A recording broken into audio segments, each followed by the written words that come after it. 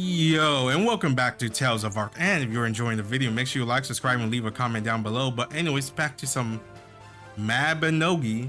So we're starting our next storyline.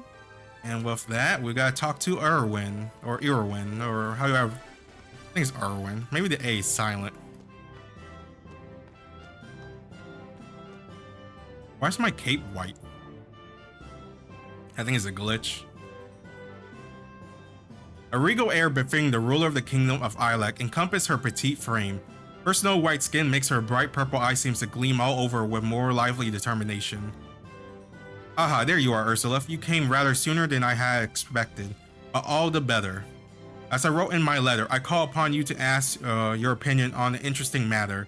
But before you have an opinion to give, I'll have to explain a few things first, of course. This conversation may go on a while. I pray you forgive my long-windedness. If you're settled in, shall I begin explaining all that led to the current situation? Sure, go ahead. Of course, I knew you'd be willing to listen. No matter how voluminous the exposition. Okay.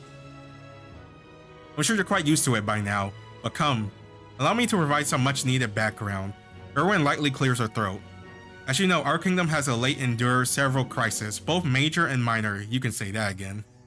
Beyond simply being worried by this cavalcade of hardship, it was clear that some of these cries were of the level that made uncertain the very frame of Erin itself. So severe were their ramification. To put it simply, these troubles have sat heavy upon me. But personally, and as the leader of the Ilek kingdom, what happened to the king? Is he dead or something? I assume this little girl is the princess, but maybe not. Or maybe this is like a head of all the of some generations. If these burdens were purely personal, I could rise the occasion and overcome them myself. Difficult though the prospect might be, however, affair, the scales that concerns the entire kingdoms are a different matter entirely. The laws and action of the kingdom are dictated by my own thoughts and words. Oh, never mind, I think she's queen. In recent times have made that burden uncomfortably clear. What if in the moments of crisis I made the wrong decision, but I still stand resolute even knowing that? At times I find myself doubting whether I could. For example, think of those we have lost whose lives might have been saved had our response been more swift and casualties incur when I mistakenly dispatched soldiers to one place rather than another. Look, you can't blame yourself for that. Stuff happens. It is what it is. You tried your best during that situation, but sometimes things are out of your hand, or you couldn't foresee how things could have went or what it could have done if you did earlier. It's just the heavy burden you have to bear, honestly. How can I take responsibility for things like that? You can do it by just try to save as much lives as you could. Try to do the best that you could. I don't feel as though I can, no matter how I try. Irwin bites her lips, noticing distraught. I've been giving this a lot of thought, to the point I'm laying awake at night in my chambers, pondering what to do. What does this kingdom need the most right now? Well, what must be done to safeguard the people? I put my own self on trial, asking these difficult questions. I kept thinking, is what I have done truly the best I could do? But I have done more? When all the niceties and excuses have been stripped away, one question remains: what can I do? Through the many tribulations we underwent, I felt myself grow. Perhaps it was the pressure of those times, but I learned what those things were that I alone could do. Things that truly made a difference. But still, in those climatic moments, as grand battles that would shape this land were about to unfold, I had to keep up resolute facade as to send you out into the fray. I could not forgive myself for that, knowing that you might meet your end in some battle waged at my command. Is she blushing? Or that's just how she normally looks? Clear answers eluded me. No matter how long I ponder it, answer about what I would do if such trying times came upon us once again.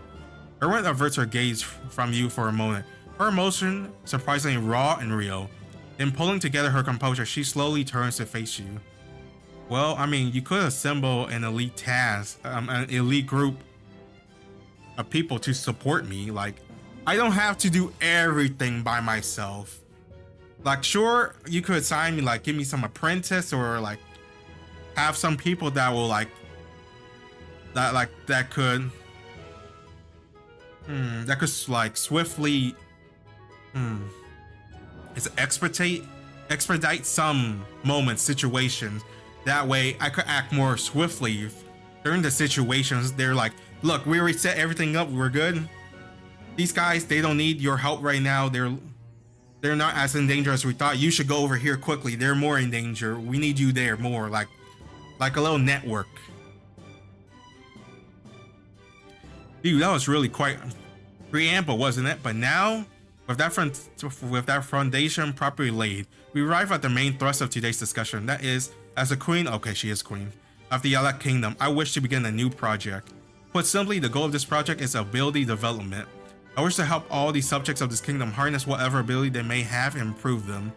As each of us grows stronger, so too does the kingdom. I didn't set the timer.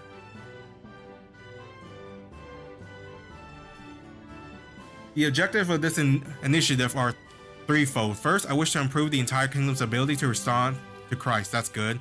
This should help significantly mitigate casualty. If we can train up even a small group of people who truly excel at what they do, we have to be able to quell many of the problems that arise without having to turn to you for help every time.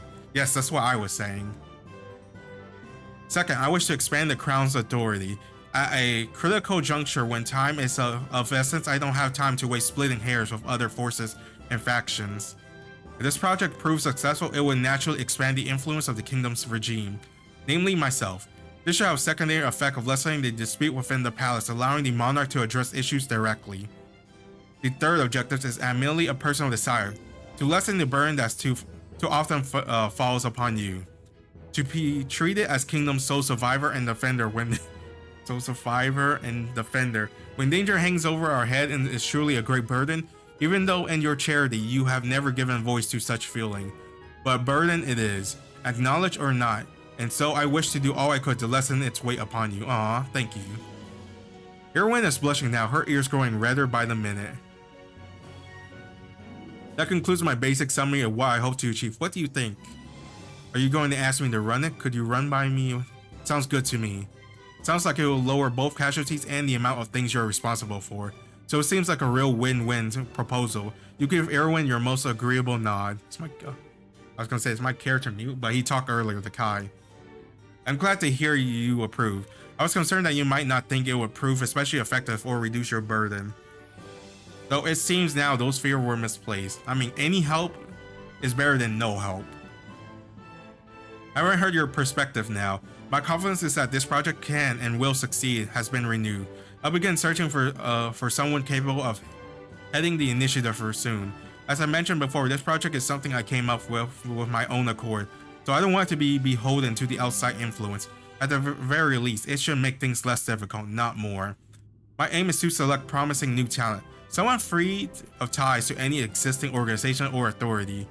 I also intend to open the selection process to all citizens, as our objective holds significance not just to the highborn, but the great populace as well. Since the recruitment would be made public to encourage the broadcast possible pool of applicants, you've soon seen poster put up across the kingdom advertising the initiative.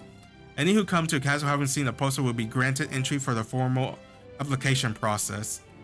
So, do you think you could take this pile of poster with you when you go? Don't you have knights for that? Why do I have to do it? I hate to ask you to run errands after all that talk about lessening your burden. I know, isn't that ironic? But I prefer it not to be known that I summoned you largely for a personal conversation like this. This is meant to be our cover. You can pretend I called you to request that you put up these posters. Quite the airtight alibi, if I say so myself. I guess. She's royalty. I am a lot of things. I guess she doesn't want rumors. I don't plan on tasking you with a trek across the kingdom to post these up in every hamlet from here to Port Cobb. So how about just putting up 3? Dumbarton should be a accessible place, since you pass through there so often anyways. I marked the what I believe to be location best suited for grabbing the attention of passerby. So just go post those up and come back when you're finished. In any case, I thank you for bearing with my rather lengthy explanation. Best of luck and see you soon. You ended your conversation with Erwin. Head to western wall of Dumbarton and put up the poster. Nice. But yeah, so I've been ranking magic. So now I can get the Arcana talents and start doing the stories for those. Do I not have a pass? I would assume I do. Guess not. Oh hey, it's Melwin. I wonder if she's gonna have a comment saying, "Oh, why'd you put that in front of my shop?" You pass by this wall whenever you make your way from the Moon Gate to Dunbar. A poster placed here should catch the notice of many such traveler. Put up poster. Poster has been attached securely to the wall. It would take a gale force wind to peel it away. You sense someone's lingering behind you. It's probably her. Ursula, is that you? I think this may be the first time I encounter you outside of my Royal Society duty. What business brings you to Dunbarton today? Are you putting up poster? You did make sure to obtain the proper authorization for such advertisement, right? Melwin scans the poster on the wall, finally noticing an important detail. Oh, it has the royal seal. Oh, she was nervous. My apologies for any suspicions I may or may not have harbor. Aw, she's so straight. But if applicants are being sought to so openly, I guess it really is true what I heard, that the crown was looking to begin a new venture. A few months ago, Queen Irwin solicited opinions from each of the Royal Society as part of a periodic report. I believe the general conclusion was that there are already more than enough organizations vying for limited fundings. Given all that has happened recently, I suspect she feels she needs to do something more. As the world changes, so do our thoughts and opinions, and she is probably no different. The Royal Society of Astronomy may be overseeing the collection and processing stardust, but in reality our knowledge of phenomena is limited, and we're still uncertain what caused it to appear. If we see it as a harbinger of things to come, and it's entirely possible that another such phenomena may discover somewhere, and sooner than we think. But the poster makes it seem like a general call for applicants, with no mention of specific field or of study, so perhaps no such discovery has been made of yet. Had a discovery of significant import been made, it would have been more expedient to form a group around that and recruit accordingly, rather than a more open-ended solidification. But listen to me, prattling on while there's work to be done. I can see you still have a few more posters to put up.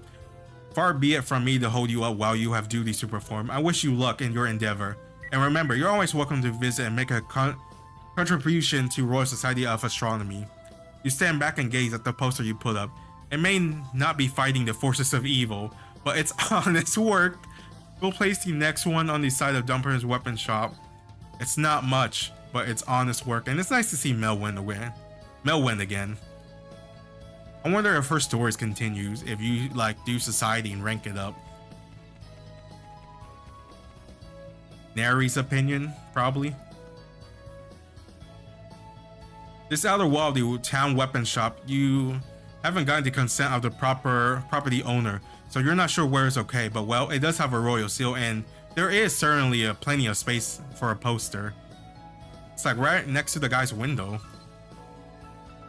Poster have been attached securely to the wall.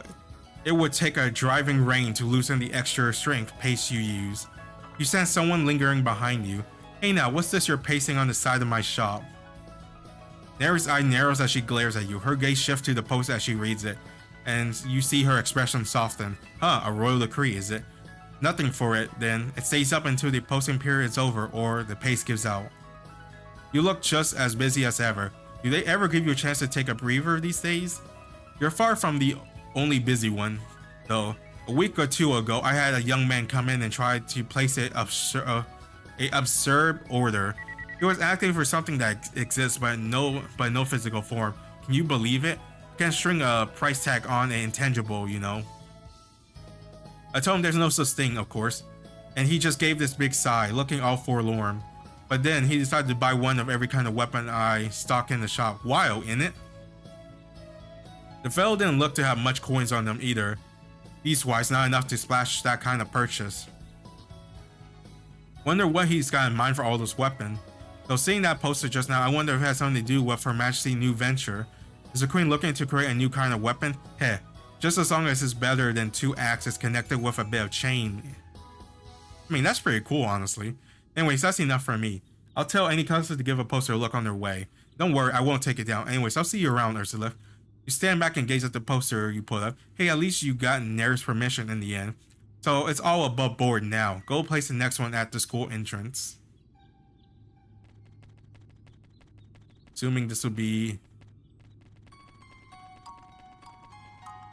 Oh, it's probably... Erwin or Erwin. I feel like all their names is Erwin. I don't know how to pronounce it. Oh yeah, they have voice dialogues now. You arrive at the signboard in front of this school. List of available part-time jobs. This is where you were directed to put up a poster, but is this kind of advertisement allowed here? Put up a poster. Poster has been attached securely to a sign. It will take a lightning strike to remove it, mainly by the way of destroying the entire signboard. You sense someone lingering behind you. Ursula, while a part of me wishes to pretend I didn't witness your sketchy antics, can't ignore you simply covering up legitimate part-time posting. Isn't that a bit much? You feel everyone staring daggers in your back. Oh, your poster bears the royal seal. What's this all about now? The crown is looking to undertake a new venture. I see. Perhaps this is a fortuitous bit of timing. To be frank, I've been feeling like I run out of things to teach some of my longtime students, and wasn't sure what I do. I had a great many students in my time as an instructor, taught them many skills. This venture aims to develop new abilities that will naturally lead to the discovery of new techniques. Learning how best to use a new skill is undeniably challenging, but there are a few things more useful than a skill that has been properly trained and refined. If it pans out as they seem to hope, this venture could empower a regular citizen. This is an admirable goal. I'm all for the Crown's acknowledging the importance of people having the power to protect themselves. If more people had that knowledge, perhaps that could be the key factor in preventing future tragedies. An expression somewhere between rage and remorse flicker across Erwin's face. It's probably when she's thinking to the tragedy of Imain Maka.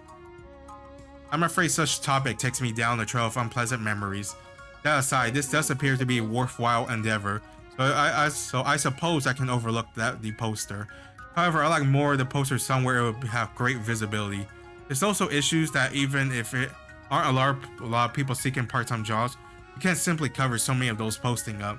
Tell you what, let's put the poster inside the school. I think it'll be more good thing for students to be aware of. Take down the poster. You place the poster in what seems to be a choicest location on the board, but agree to take it down, handing it to Erwin. Thank you. I look forward to seeing the result of this venture. I'll see you later. You put all the poster, return to Erwin, and give your report. Is that even how you pronounce her name? Excellent work, Ursula. You were way longer than I expected. Did you end up chatting with friends along the way? The posters are now up in towns across the kingdom. The few I gave you were basically the last of them, so I'm sure most people have seen the announcement by now. In truth, the servant I tasked with helping me made an error in their timing, sending out the couriers to put up the poster before I had the chance to speak of the matter with you, so news has been circulating for several days now. Unfortunately, we haven't had any decent applicants. A few did come in response to the poster, but the interviews revealed them all the lack of anything approaching the necessary qualification. It'll be tragic for the project to flop before it even begin due to a lack of qualified applicants. Do you think I'm just being too impatient about it? Your Majesty, someone has come seeking an audience.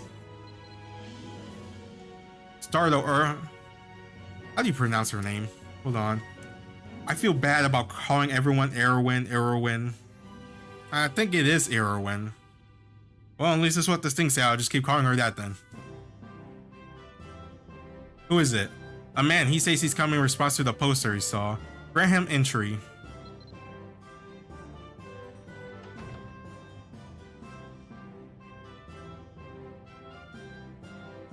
You see a young man with a tidy and well-maintained appearance. He doesn't seem familiar to you.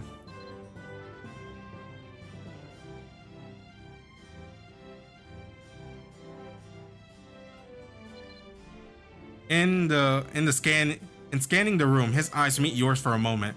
The young man walks in to stand before the Queen Erwin. Greeting, Your Majesty. It's an honor to have been granted an audience with you. He wears a clean pressed shirt and vest, and his pale blue or gray eyes seem steel in their intention. His light hair softens the serious look on his face, and his scarf casually worn, swishes lightly when he walks. The calm and easygoing smile of the sword learned through experience rests on his face as he quietly scans his surrounding.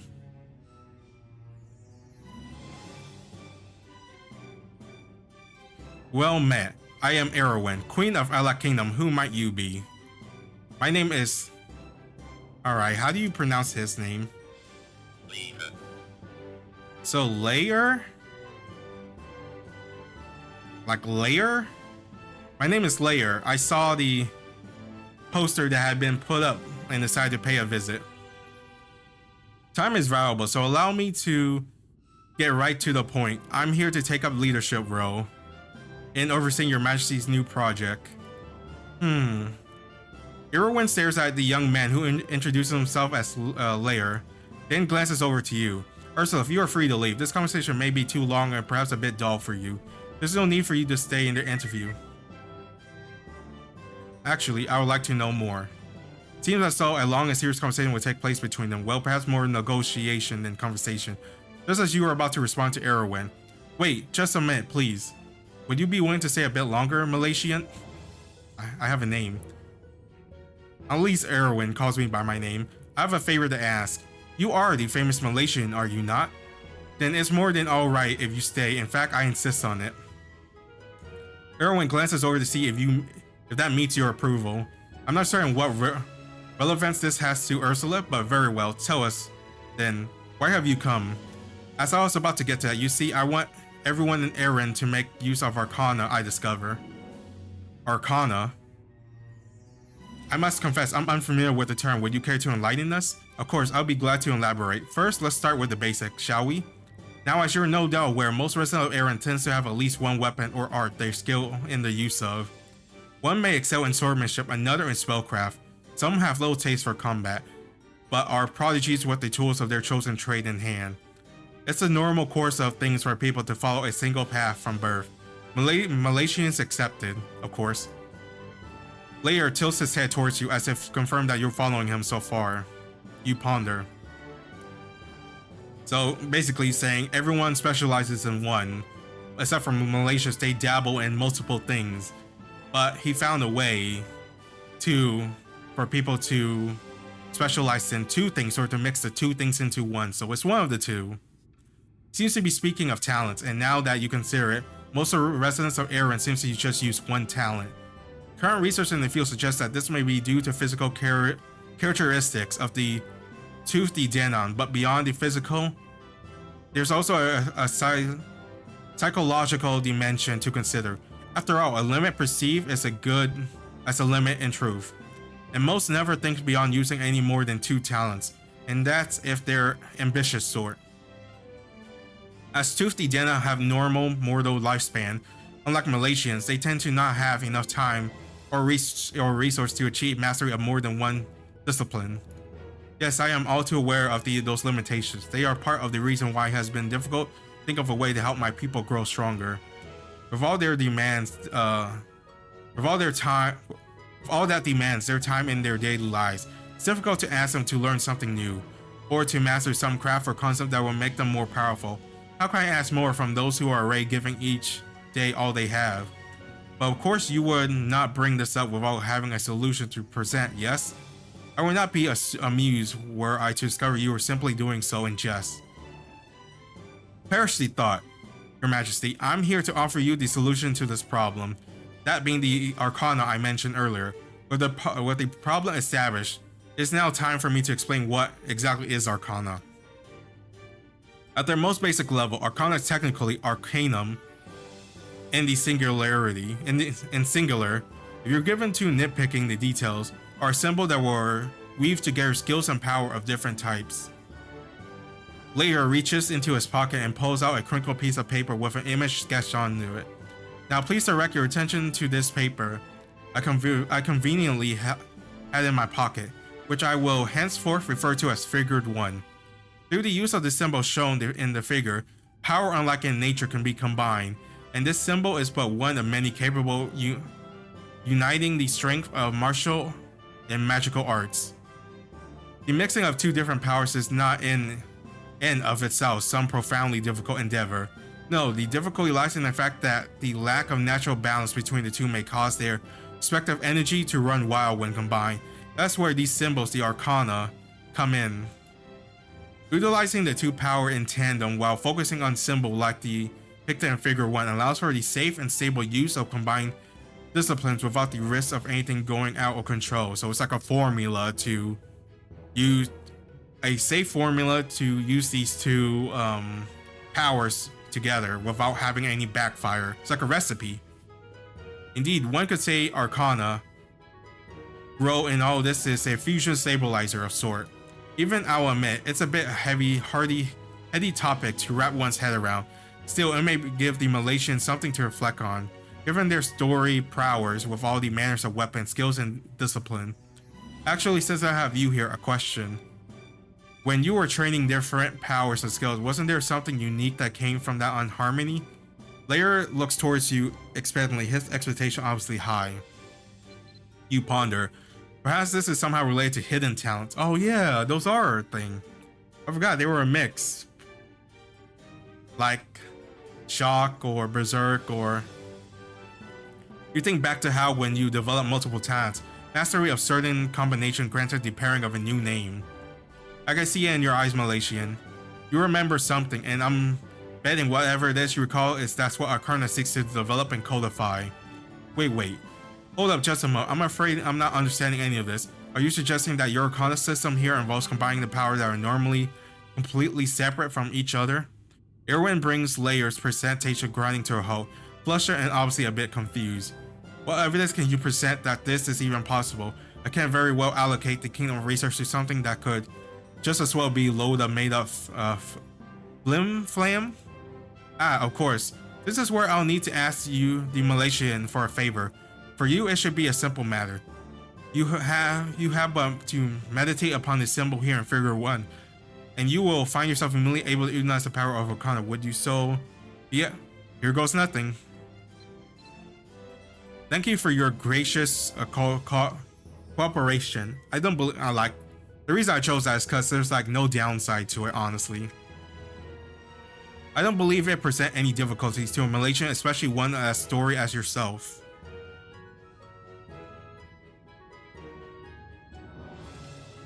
And it's pretty long. Alright, I'll probably stop here because it was like 30 minutes. Wow. But anyways, we'll pause here for now and continue next time. Anyways, thanks for watching. Love you guys. Stay safe. And I'll see you next time when we continue the story.